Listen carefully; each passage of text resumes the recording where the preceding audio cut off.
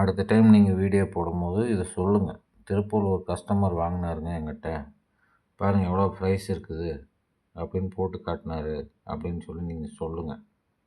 இதுவே நீங்கள் வேணாலும் யூடியூப்பில் போடுங்க, ஒன்றும் பிரச்சனை இல்லை. காட்டுங்க, எல்லாத்துக்கும் பார்க்கட்டும். நிறையா ப்ரைஸ் பிடிச்சி வச்சுருக்கேன். ஏன்னா ப்ரைஸு நம்ம அப்படியே விட்டோம்னு வச்சுங்களேன், மீனே பிடிச்சி பெரிய மீன் பேரண்ட் ஃபிஷ்ஷே பிடிச்சி சாப்பிட்டோம்.